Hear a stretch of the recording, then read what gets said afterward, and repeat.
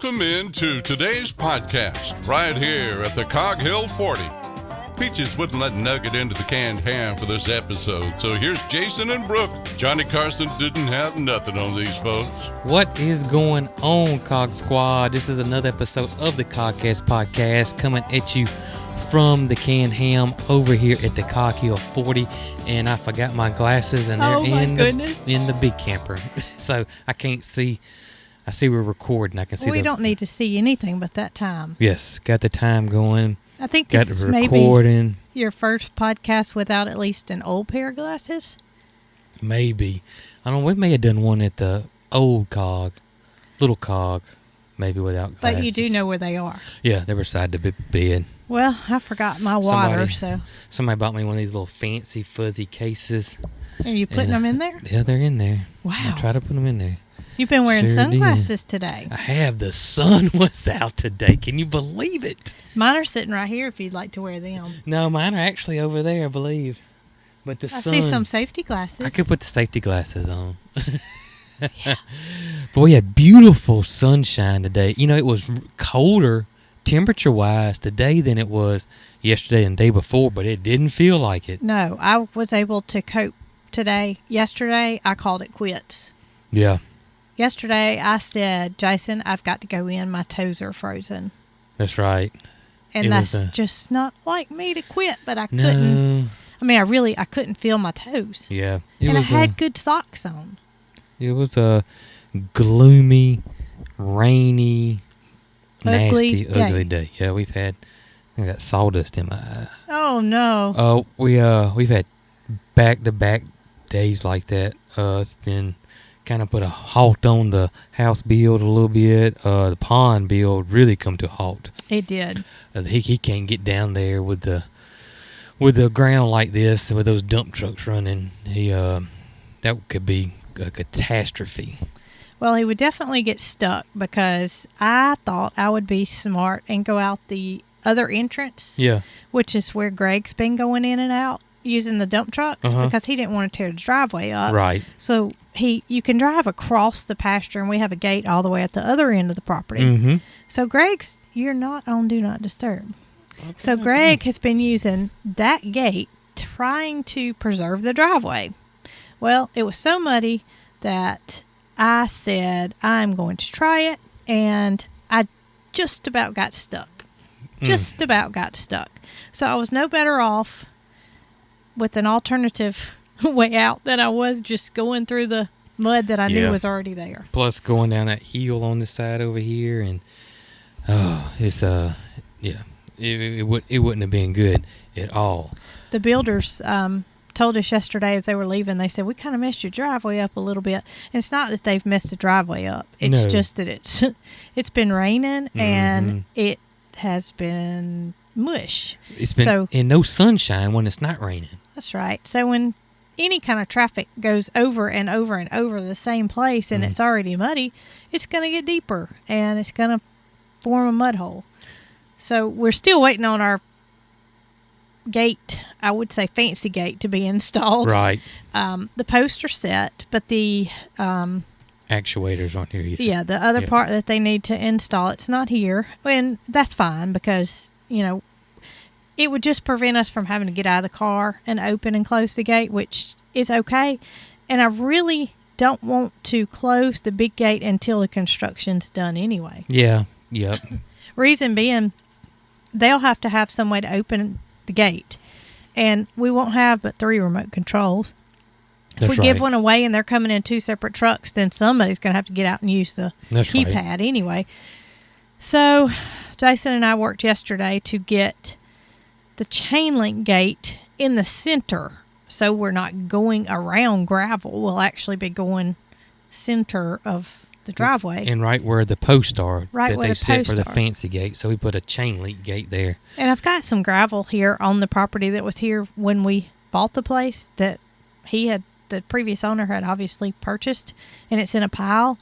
And I didn't want to just put gravel off to the side where our driveway would never be, because that gravel is never going to go anywhere. Yeah. It's always going to have gravel in the grass. When I cut grass, it's going to be slinging rocks everywhere. So now I can put the gravel in the center of the driveway where the driveway will be, and we won't feel bad about No. having a pile of rocks That's there right. forever. That's right. So, yeah, we got that's that. when my toes froze off. Yeah, that's when your toes froze off. We did get that situation handled, and matter of fact, we ain't even used it yet. We didn't leave yesterday and hadn't left today. I don't even know if we left the day before. We may not have. We really hadn't left much since they've been working. I left yesterday because I went and got the concrete to set the post. Oh, that's right. You left before we moved the chain link gates. That's right. Yesterday morning I did. Yeah. I don't know when you last went somewhere. It's been a while. My birthday. You took you out to eat on your birthday. Went out to eat on my birthday. But and before that? You don't know when. It's been I don't ever leave this place, it doesn't seem, does it? No, you always have something to do that doesn't need to be put off, and so you just kind of let us take care of what needs to be taken care of, and we don't mind, so keep on trucking, right? Keep on trucking. That's right. We been working on the Purple Pigeon Palace some today. Yeah, kind of busted my bubble a little, but that's okay. Trying to get the hardware cloth kind of like we wanted, but we just need to go ahead and put some more braces in, and I think that's going to take care of that situation there. Yeah, I think so too. I was kind of pouty for a little bit once I figured out we weren't going to be able to put wire on today like we thought we were, but I want it to be done right, and that's what I told you is let's not put something up just to be putting something up. Let's do it right. So that's right. We've got to get some more 2x4s, and I bet another day in action, and we'll be putting wire on. I think so. I think you're right. I hope so anyway. We had a crazy exciting morning this morning. We did. So we're doing the chores and had the chores done, and we all kind of have our own separate chores that we all do. And you know what's funny is that we kind of noticed this when we put compost in the composter the other day. Right. Y'all know we got the worm bin, and so all three of us went, and Marycarl had the compost bucket from the kitchen, and so we all go to the compost bucket, the worm bin, to dump the compost bucket in there, and it's right on Moody's line, you know. And Moody used to, follow you and Marycarl and all this kind of, y'all would run and skip and play with him and stuff. So y'all were like, let's see if we can get Moody to skip. And so y'all took off skipping, and Moody stayed right there beside me. He stayed with Jason. He didn't come with us. But that's because I do the Moody chores. Yeah. I feed Moody, and then I feed the boy goats. And so that's always, my chore. And then we kind of share the duck and geese a little bit. I think you do it more than the rest of us. The pool part, feeding the geese. It's whoever gets finished first. And it's typically me. Usually I'll feed Nugget and the geese. Then sometimes, depending on what's going on, we'll all kind of share on the pools. But typically you end up doing it more than anybody. And then you have Mildred and the girl goats and Tip, and that's usually you and Peaches. And so I fix Mildred's bottle in the camper before I come out because you want her milk to be between 100 and 105 degrees. Right. And I don't want her to develop diarrhea or have scours or anything. So I use a thermometer every single time to get the water temperature right. And I'm doing that in the camper. And so I go ahead and I fill up Peaches when it's cold. Mm-hmm. I fill up Peaches some warm water so she won't be slurping up. That's right. Cold water. Cold slop. Cold slop. She gets warm slop. That's right. So I in turn take the Peaches water, Mildred's bottle, and go to the goat pen, which is where they all are housed. And then we got the new, we call it the weaning station, but and then Mildred goes in there, and you give Mildred her bottle, and then give her a little bit of grain or calf feed at the end. And it takes me a while. It does take you a while. So then I go on to the chickens, and usually I'll feed the chickens. I'll check the feeders. Marycarl's already over there. Yeah, Marycarl's over there doing her pigeon thing and checking on the seramas. And then I'll feed them scratch most of the time, and then I'll check the feeders and see if they need it filling, and then I'll come back around, and you've taken over the water stations and started doing waters, and then I go do something else. So we did all the chores. All the chores were done. And so what I'm having to do now is that the boy goats want Moody's feed, and then Moody goes over there and eats the boy goat's feed, and it's just a mess. I think that's how you ended up taking care of them. It probably is. It was so difficult for me to, first of all, reach whatever feeder I needed to reach because they knock them off. Right. And they're always in the pasture. And I want Moody to be fed before I go in there just because a hungry cow is not the place to be when, you're trying to get a bucket, which is what he knows he eats out of. So I think that's kind of how you got to taking that over. It probably is. And so I've separated them even further away. And now I go into the pasture. I feed Moody his feed. If the trough would be so ideal, but Moody wants to play with the trough when he's through eating. And the goats get in it. And then the goats get in it. So the whole trough thing was happening is that I would feed Moody in the trough, and then Top more than Joe. Top is the little Nigerian dwarf buck. He gets in the trough and walks his little self over there and eats Moody's food while Moody's eating, and would pay no attention to the goat feed.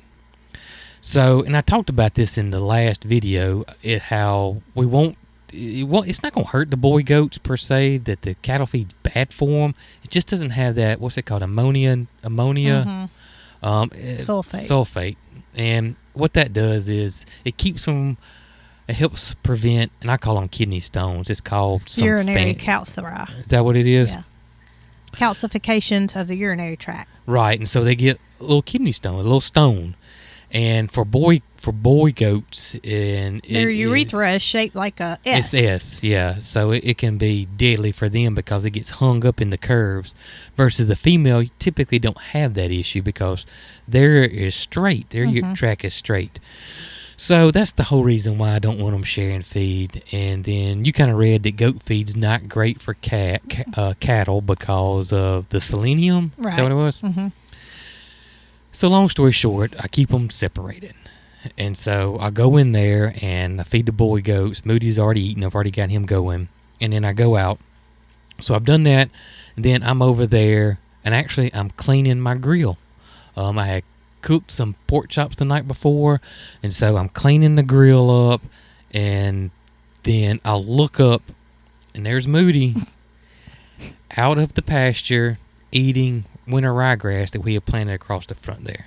And I was like, oh, geez, Manelli. I get a text, and all it says is, I need you. I need you, Moody. And then I text you back and said, Moody's out.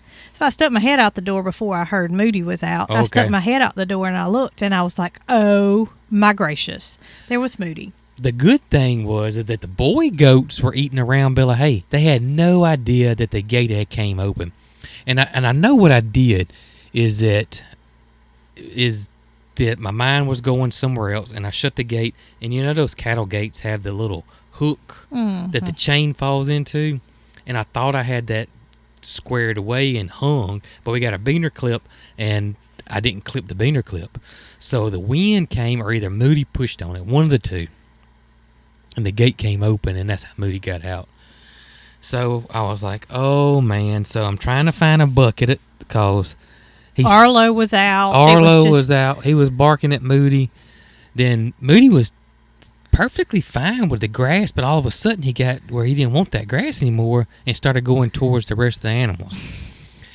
He stopped at every paddock. And he looked at them, and it was just funny. It wasn't the time to be videoing, but it would have been funny because the funniest one was Bootsy. He and Bootsy met nose to nose, and Bootsy was like, what are you and what are you doing down here? And Moody was just like, hey, girl, I live down here on the end of the block. So, and then what got you worried is he started sticking his face on the girl goat feed, and we could just see him dumping that over in that 55-gallon barrel hitting the ground. I don't know how you would even get him away from it. I don't either. So I ran and got the only thing I could get was the boys' bucket, and we have like 3 of them, and they're tiny. It's really, really little.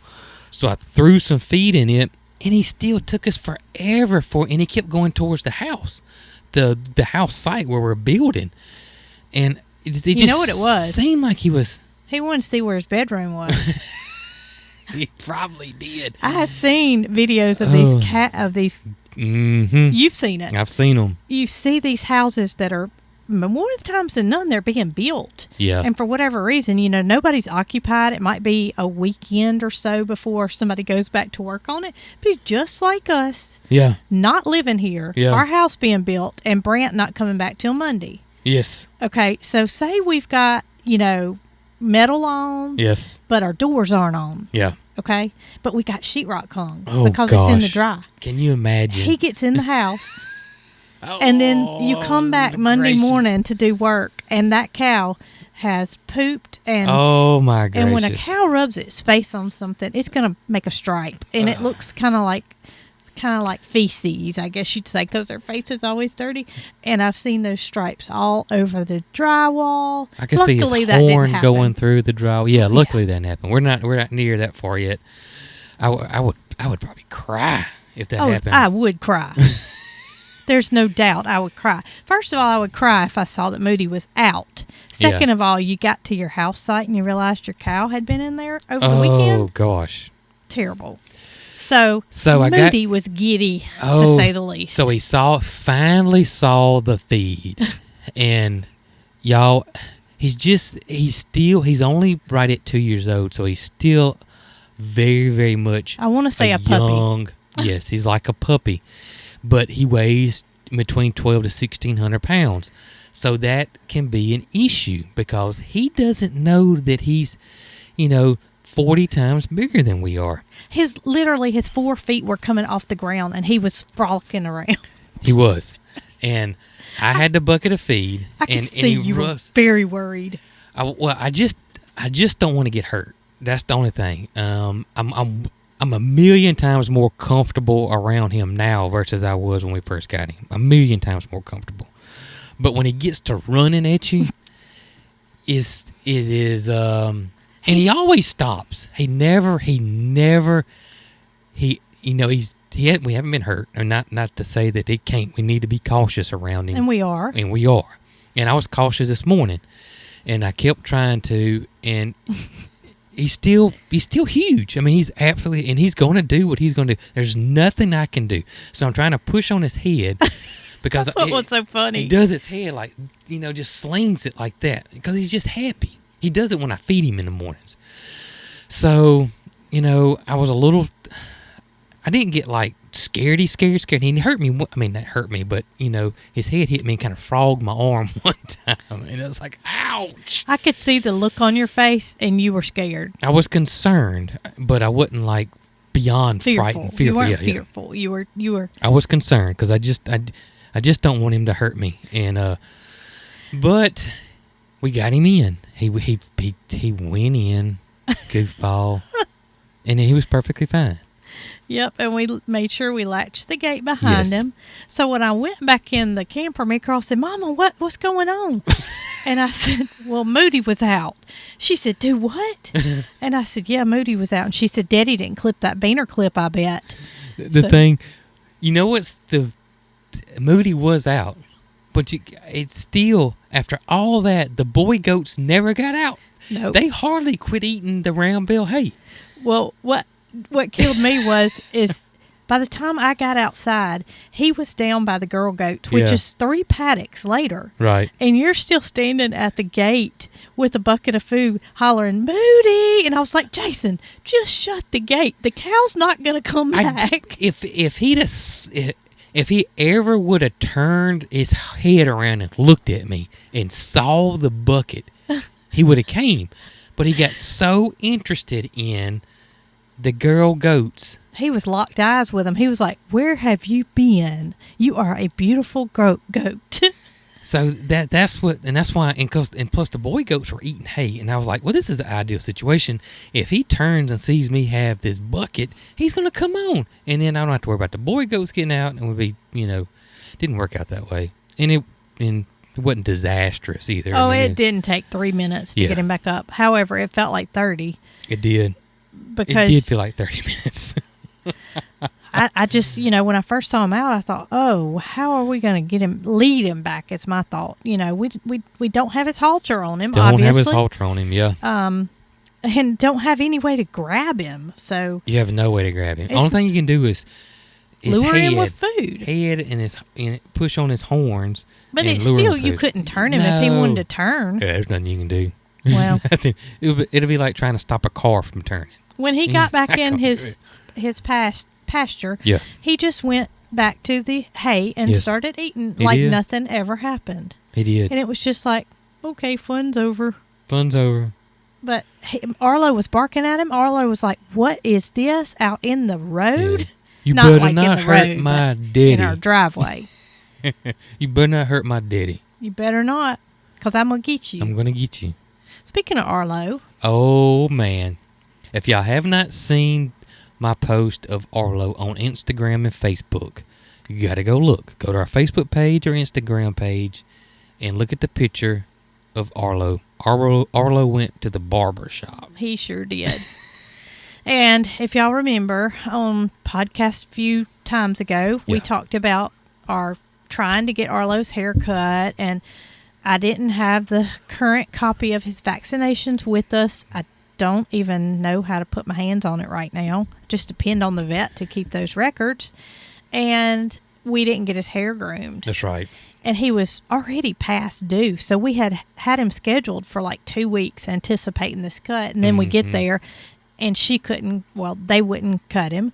And I was like, oh my gracious, I don't know what to do. So they offered for me to reschedule, but that kind of wasn't in our cards at the time. The people were coming to start on the house, and we just didn't know what we were going to do. Right. So we had someone who follows us named Jan reach out to us by email and also Facebook message. What happened was she sent an email. We didn't see it. So she followed up with a Facebook message. We saw it, and she is in Clanton, which is the city nearest to us, Clanton, Alabama. Yes. And she reached out to me, and she said, look, I groom from my home, and I will be glad to groom Arlo if that's, what you would like for me to do. So I said, okay, great. When can you do it? And we set it up, and Jason was editing a video that day, and it was raining and nasty. And it was. So I took Arlo to Jan's Funny Farm, is what it's called. And she does have a small farm. Mm-hmm. And she showed me her grooming area first before we ever did anything. And it was awesome. It was a little area, just kind of outside of her home that was, of course, heated and cooled. And she had a nice setup. I was thoroughly impressed from the moment I walked into and she said that the benefit about bringing your pet to her was that she does not leave them in a cage or a kennel all day long. Some places you can take your pet and they will stay there from 8 o'clock in the morning to 5 o'clock in the evening and still not have their hair cut by pickup time. Yeah. And we don't want to do that to any of our pets. And so this was awesome to find out, that she was local, she could do it, but we still didn't know what to expect. We had Marycarl and I decided that we would run and pick up some lunch, and she could call or text me when Arlo was ready, and she did, and it was literally the best haircut he has ever had. He looks awesome. He's got the schnauzer cut back, and he looks really, really, really good. He does. She did a wonderful job. When I picked him up, he usually has a little anxiety when you drop him off at the groomer. Yeah. He does a little shake and a little shimmy. And when you pick him up, he's the same way. And, it's just the fact that he's not at home and he's, not comfortable. Right. When I picked him up, he was not shaking at all, and she was holding him. And I felt very good. But I was going to share her information. We can keep talking, but I'll find it. Okay. But I'm so thankful to have found Miss Jan and that she reached out to us, because now we have somebody we can take Arlo on a regular basis. That's right. And he won't get so out of whack. Yes. Yeah, he looked really, really good. He looked really, really, really good. I'm paying attention to the podcast, but I'm also trying to find this. So keep going.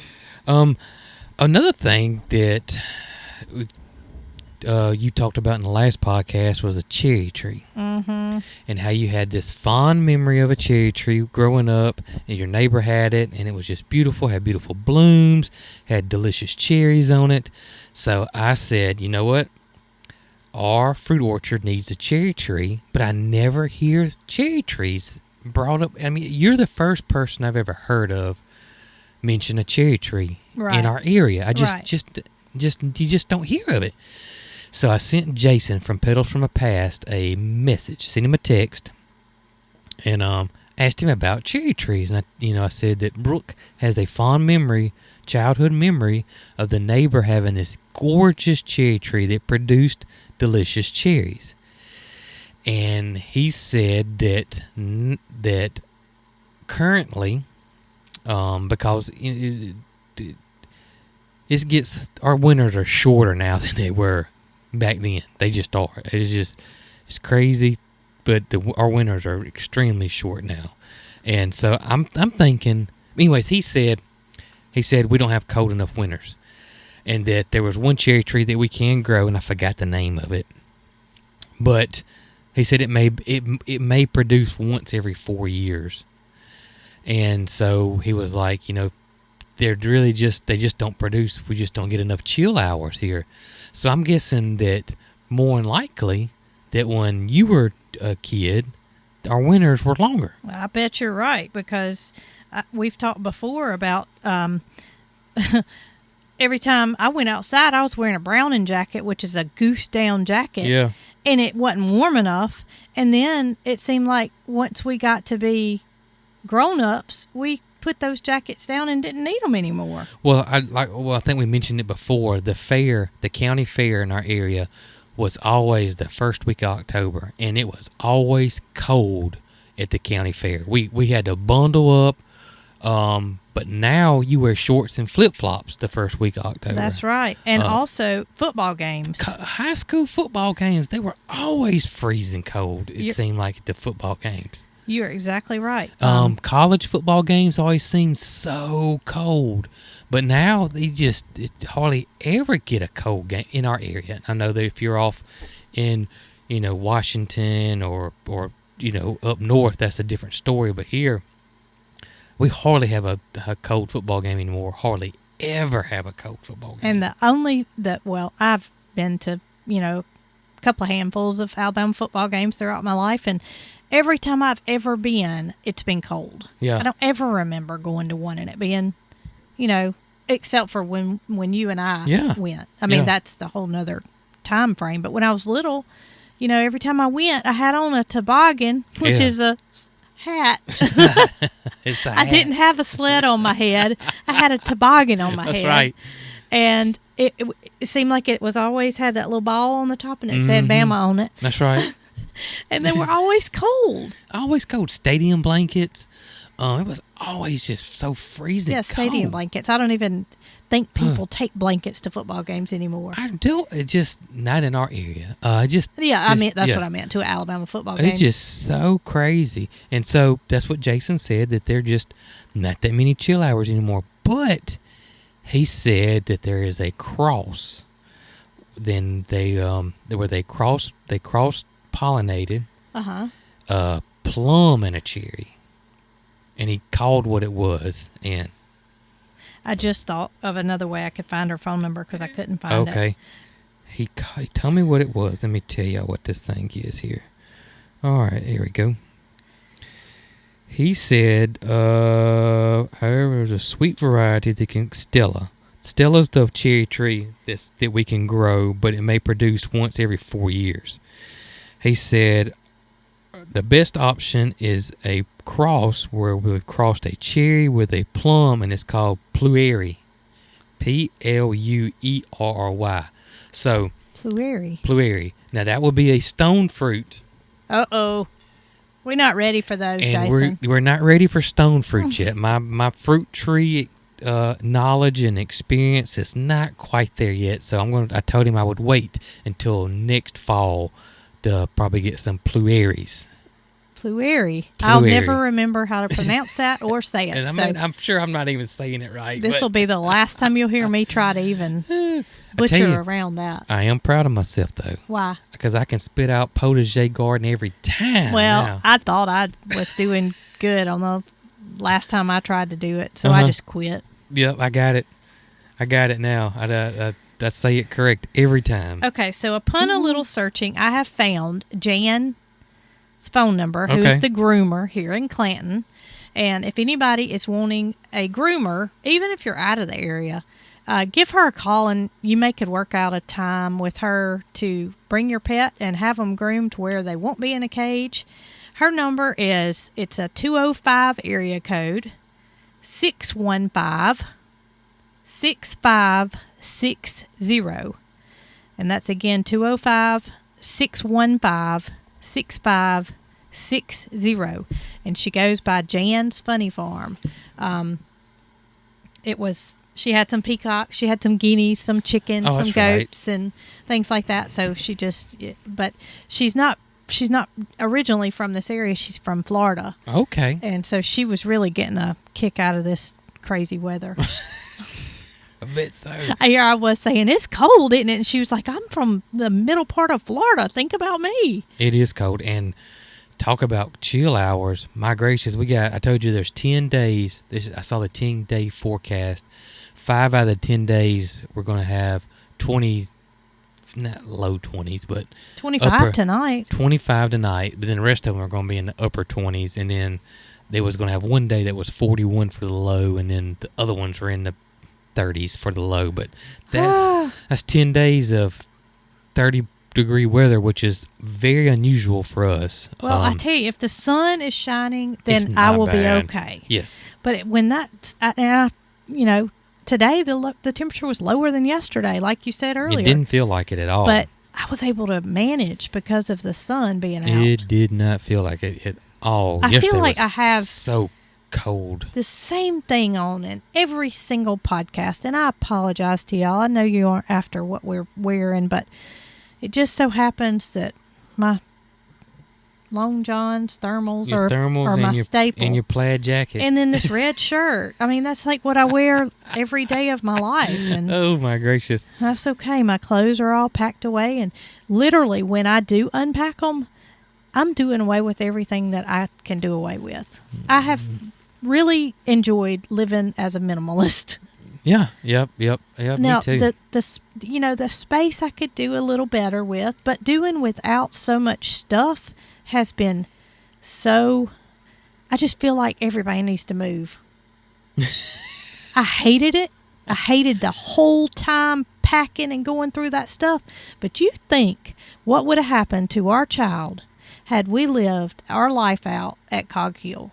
Yeah. And she'd have been in trouble. She would have dealt with it, wouldn't she? She would have dealt with a lot of just accumulation of stuff. Just wait, we got to go through them pods. Marycarl says it's going to be like Christmas, and I say it's going to be like we need a dumpster. Yeah.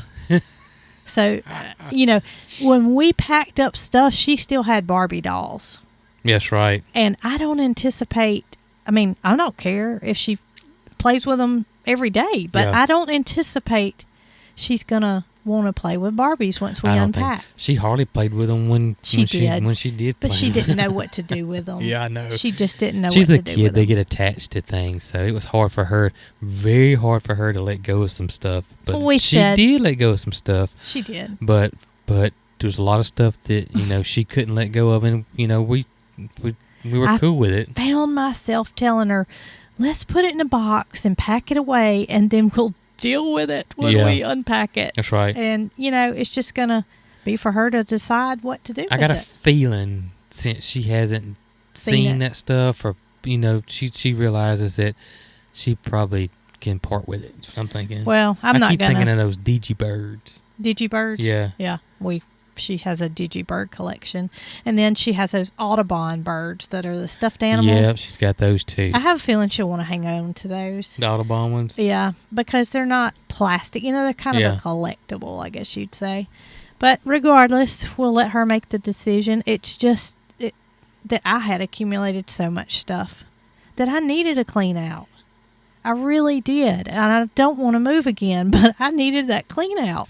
A reset. So y'all do yourself a favor, and if you're somebody that hoards things or collects things and you're not going to use it, I can tell you right now that if you would start by parting with just a few things and giving yourself, what is that noise? I don't know what that was. I should watch again. Oh my goodness. You're fooling with it, I think. If you would part with some things that you don't need and just put it away for a while, put it in a box, put it away and say, if I don't need this by such and such date, then it can go. Yeah. Here I am teaching a hoarder class. But I'm serious. It makes you feel so much better. Yeah, going through the pods is going to be... It is, but Jason, just think if we had everything. Oh, I know. Yeah, it was... I mean, we had a lot of stuff. We had a lot of... 17 years worth of stuff. Plus whatever you brought in and I brought in before that. Yeah, and a lot of stuff was stuff that, my mama and daddy had accumulated over the years, and I ended up with it, and I didn't know what to do with it. Right. So some big decisions were made. I didn't get rid of anything that I regretted. Right. I don't think. But I really, really feel better living with less. Yeah. Just my mind feels less foggy. I don't know how to explain it. I just feel better. Yeah, because we really don't have it. We don't have hardly anything. In that camper, it is... My clothes are clean, but that's because they've been washed, and I'm using the same ones, and then they get washed again, which is fine. As long as I'm clean, and I don't stink, and my clothes are clean, then I can do without the stuff. Yeah. I need my spices and some of my kitchen stuff. Oh, that I can't put my hands on, but... That's right. Stuff. You know what I'm saying. I know what you're saying. I know exactly what you're saying. And I really think that this will have helped Marycarl as well, because I feel like she realizes that that stuff was in her way. I agree. I mean, how many markers can you have? Oh, my gosh. And they're probably, I'm sure there's Ziploc bags full of crayons that we saved. Oh, I'm because she couldn't part with them. Yeah. She didn't know what to do with them at the time. But y'all do yourself a favor and start trying to let go of a few things a little bit at a time, because you also need to think about your family that you're, that's going to be left with that stuff to clean up. Yeah. They're not going to keep it. Just depends, but I'm saying stuff. Yeah. Yeah. Stuff that has no meaning. Stuff Right. you can do without, not sentimental stuff. Right. Stuff. You don't need 18,000 pairs of blue jeans. By the way, I hate blue jeans. I don't like blue jeans either. I was telling my mom just the other day that this year, I don't think I've put on a pair of blue jeans this whole year. And I can remember when you told blue jeans goodbye. Mm-hmm. And I thought you were crazy. Because you told me you just rather wear pants and not blue jeans, because blue jeans are so uncomfortable. And I thought, man, you're crazy. Because even when I went outside and worked, I wore blue jeans. That's right. And so slowly but surely, I bought me a couple of pair of pants at TJ Maxx. Uh-huh. And I started wearing those pants, even in the summertime, thin pants rather than shorts. Uh-huh. And I'm not wearing blue jeans anymore. Yeah. I quit wearing blue jeans a while ago. They are uncomfortable. And you can buy these, just work pants. I got 4 pair, and they all come from Tractor Supply, and they're all made by, what company is it? Ridgeline? Ridgeline, I think, is their brand. Ridgeline, and I love them. I absolutely love them. Now, these are for winter. They're thicker. Now, they're like fishing pants. They got 2 pair of Patagonias. Those are my favorite. And I'll probably wear those 90% of the time. In the summer. I have not a particular brand. I just have whatever TJ Maxx has at the time. But I find myself just loving pants. Yeah. And I found some that have a little buckle at the bottom where you can roll them up, and they go up like 3/4 of the way up your leg. Yeah. And it keeps you cool enough to where you're cool, but warm enough to where, you know what I'm saying? If it gets hot in the afternoon, I don't know. I'm not going back to blue jeans. It's just funny how you say that you don't know. I'm kind of the opposite. If I like these pants. I got 4 pair of pants 2 of them are identical and the other 2 are identical because I like them. Yeah, but see, TJ Maxx, you can't find more than one pair or something. I get that, but I'm saying that, I'm a little bit different. I got one pair of nice pants I wear. They're dark brown. If you see me wear those dark brown pants, y'all know we going somewhere in the videos. I got one pair of nice pair. I bought those at the Goodwill, by the way. Bought them at the Goodwill, and they're Prana. I don't know if I'm saying that right. Prana. I don't know if we're saying it right anyway. And so you bought them at the Goodwill. I probably have had them for 5 years. And if we go somewhere nice, that's what I wear. And I have like 2 nice shirts.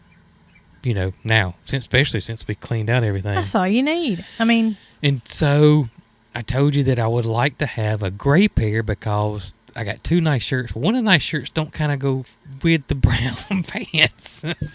You thought it did, but I didn't think so. And so we went to an outdoor store, and it was REI is what it was. Uh-huh.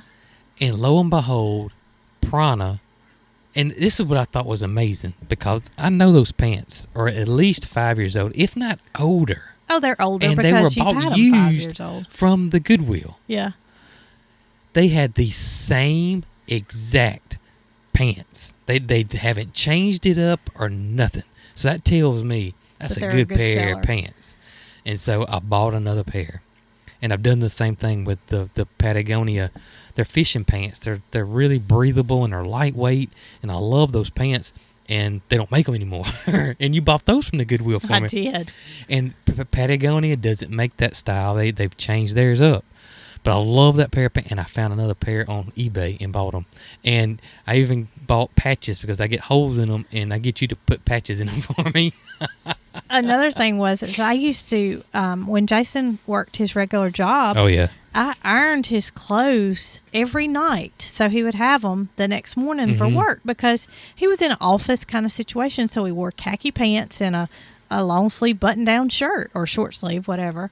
And so I couldn't send him to work in wrinkled clothes. So I always made sure his clothes were ironed and neat. And I have not missed that one time. You ain't missed ironing? No. There were, Marycarl was in school most of the time. That's right. I would forget, and it would be like 8:30, to us, that's approaching bedtime. Uh-huh. But I would be like, oh, my gosh, I forgot to iron. I haven't ironed since May the 1st. Wow. Or April the 30th, I guess you would say. Oh, right? That's funny. Yeah. And I don't have iron in the camper. Don't have iron in the camper? But I bet you there's one in that pod. I'll have to throw it away. There's one in the pod. That's for sure. There's definitely one in the pod. And I do know how to iron, and I used to iron my clothes, but you wouldn't let me anymore. Well, no. Besides that, when you lived at home, you worked at the funeral home, and so you had to wear a tie and sometimes a suit, and you had to have a dress shirt, a long sleeve dress shirt, and it had to be neat looking. Yeah. And we didn't, well, you and I weren't married, but you didn't have the money to send your clothes to the cleaners to make them look nice and pressed and primpy and proper. No, I really didn't. Yeah. So you really learned how to iron. I did. Good. When you worked at the funeral home. I did. Yep. I can iron. But I just didn't feel like it was right for him to. Right. That's kind of like, I don't know. I'm not, what do you call it? When somebody's sexist. I'm not a sexist at all. I don't think women have certain jobs. Men have certain jobs. Right. But I just didn't feel right about Jason ironing his clothes. So I always kind of took care of that. And I'm sure there's probably, I don't know how many people that are going, what in the world's iron? What they iron? I iron. Those people iron their clothes. But my mama always did it. My daddy worked at the funeral home. Right. And for as long as I was alive, that's where he worked. And she ironed his clothes religiously. Every night or every morning, she would have his clothes pressed and ready for him. And it's just tradition, I guess. I remember at one point looking into something that was you're supposed to be able to hang your clothes in it. Yeah. And it was supposed to free the wrinkles. Not like a dryer. It was like a steam press or something like that. Because I just don't enjoy ironing. Yeah. And I wanted it to have that nice crease in it. Yeah. And be perfect. And when I was little, getting off subject. Uh-huh. But when I was little, I used to call myself a mitzer, and what I meant was I was a miser because I didn't spend money. Right. And my mom and daddy always kind of said, "You're just a miser. You just hold on to all your money." And so every piece of money, I don't care if it was a $1 bill, a $5 bill, a $20 bill, a $50 bill, $100 bill. Guess what happened? You saved it. I earned it. You earned it. I earned it my mama always had the ironing board set up in the guest bedroom. That's hilarious. And so I earned every piece of money. And when I say earned, do y'all know what I'm talking about? A iron, a press, a hot plate. Because some people might be listening in another country and not know what I'm talking about. Yeah. Pressing your clothes, Pressing I guess. your clothes. Iron. Is that how you say iron? Iron. We say iron. IRON. I earned my money. And so I saw Marycarl the other day, and she was sitting on her bed, and she was counting out her money that she had saved. And I looked at her, and I said, "Are you planning on earning that money?" She looked at me like I was crazy. She said, "Mama, I'm counting my money. What are you talking about?" I said, "Well, when I was about your age, I used to earn my money." And she just kind of shook her head and went on about her counting her money. I earned my money. Oh. I earned every piece of money I had, and I took good care of it.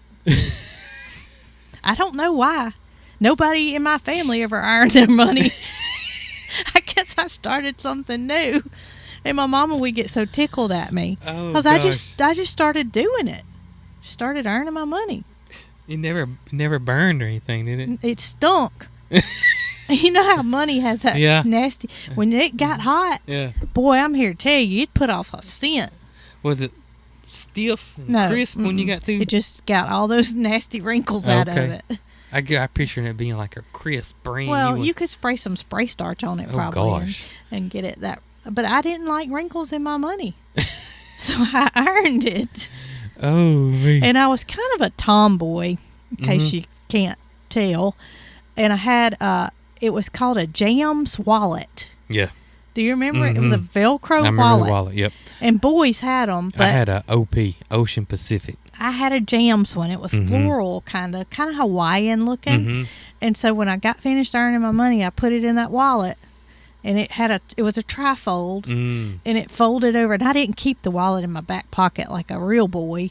I just had my money in the wallet. Speaking of Jams, that was a pair of it was shorts. That was a name brand, and they were really long. Remember? They came to your knees. Came to your knees. Well, had a little patch on it that said Jams. Had a patch on it that said Jams, and they were just like your wallet. They were those Hawaiian floral looking.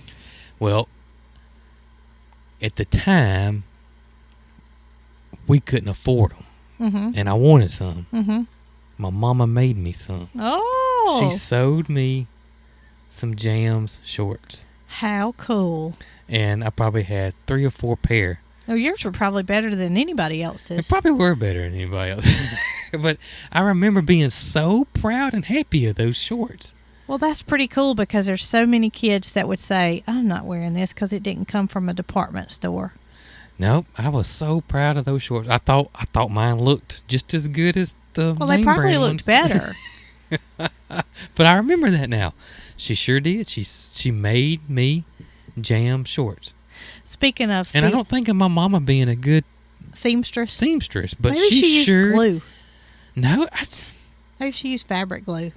Me and you are notorious for using fabric glue. We are notorious using fabric glue because we can't sew a lick. We can't sew a lick. But maybe when we unpack the pod and get that old sewing machine out. You got one. I do have one. I got it for Christmas one year, and I cannot get the, what's it called? The bobbin? Thimble? The bobbin. Yeah. I can do all that.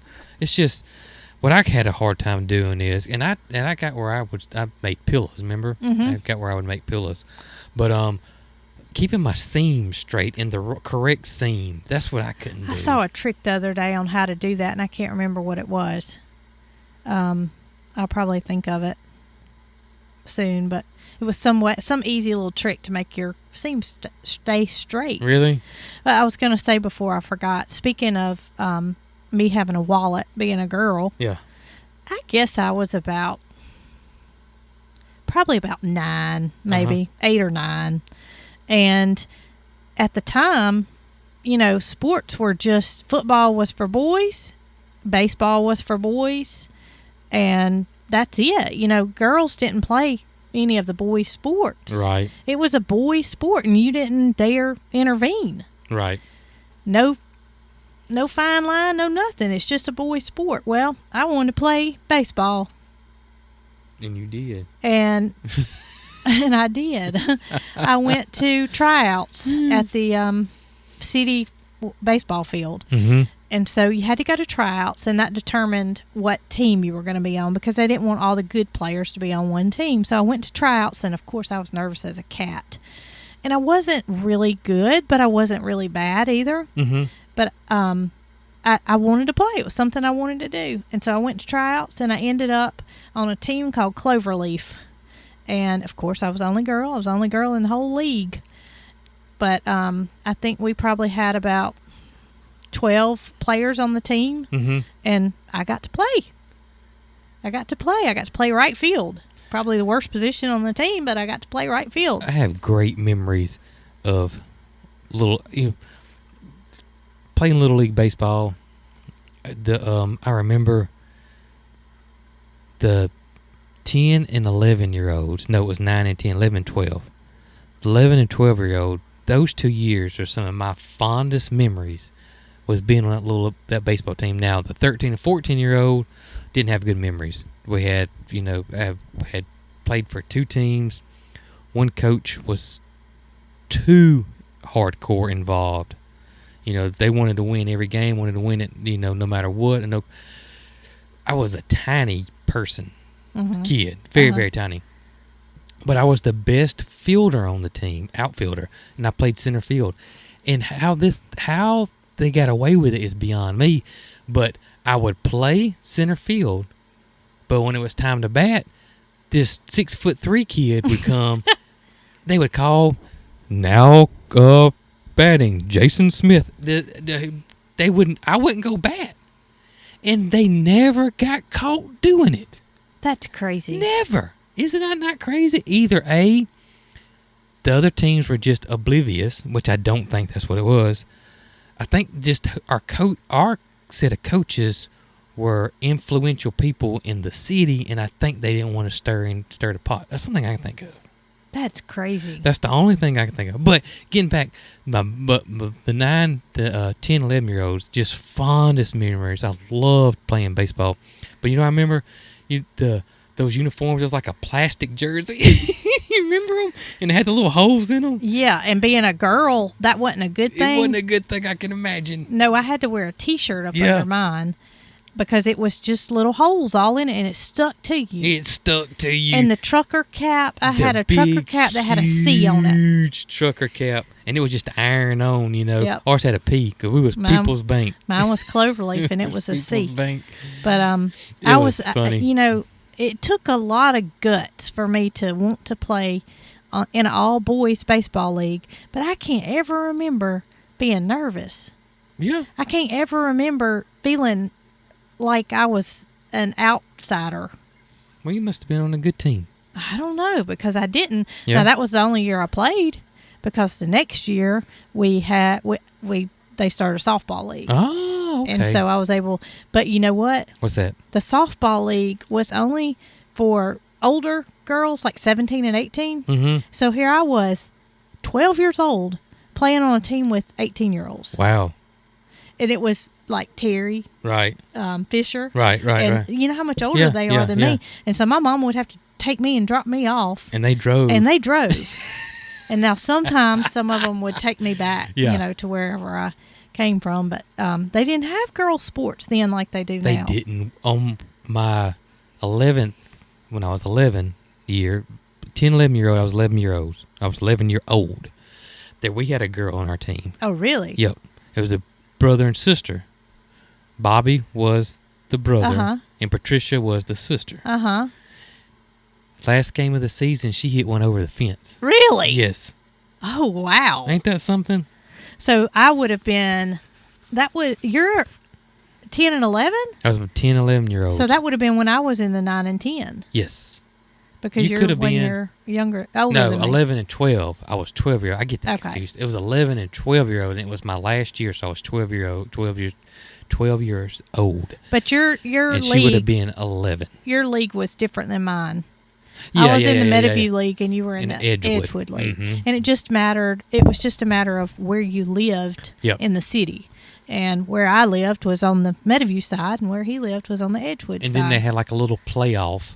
Yeah. And then the winner of the Meadowview would play the winner of the Edgewood, and that would be the big game. Now, years after that, I can remember my parents always taking me to the games and me watching, and even, championships, because it was just a big thing then.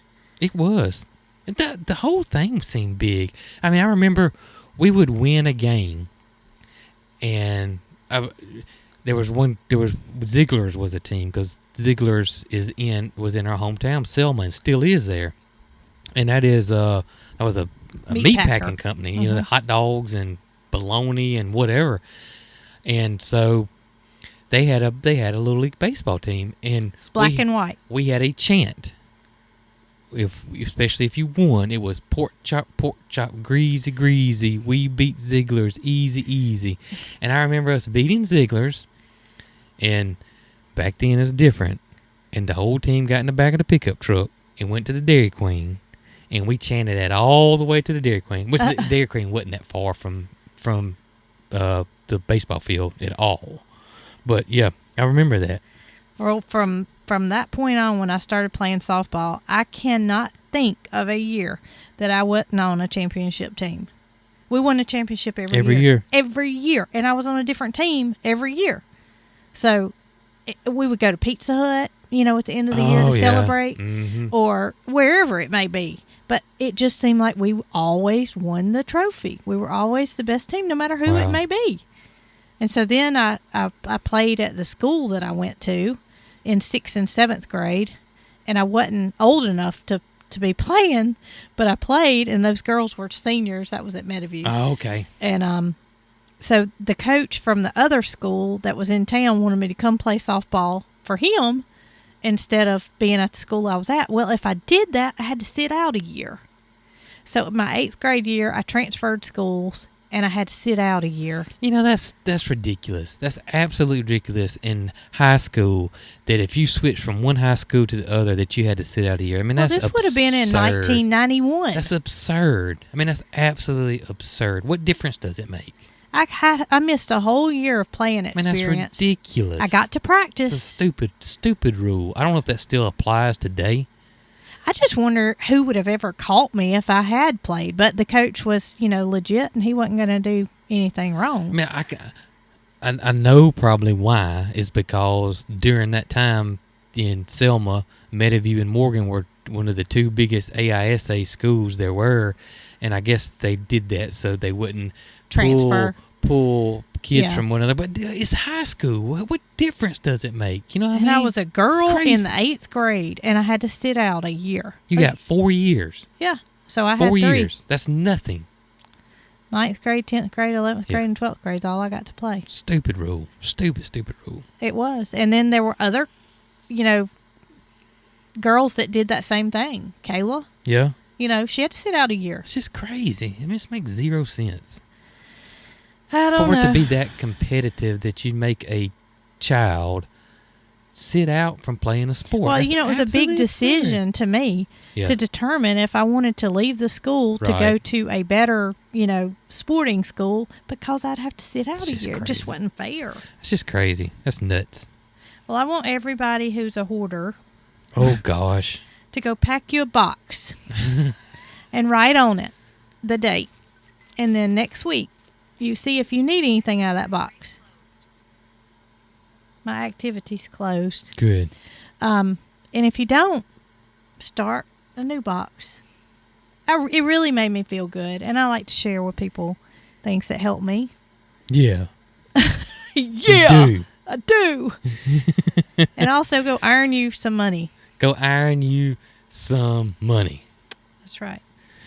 Well, I guess we'll wrap this podcast up. Yep. Well, we have an update on the house on the next one. And let's hope Moody doesn't get out again. Let's hope Moody don't get out again. I can't handle him running wide open at me. A big 1,600-pound cow. That's right. All right. Oh, me. Guys, I hope you enjoyed this episode. We'll catch y'all on the next one. Y'all be good. Well, well, well. It's another one in the books for the Cog Hill 40. Join us again next week for our next edition of the Cog Hill Podcast.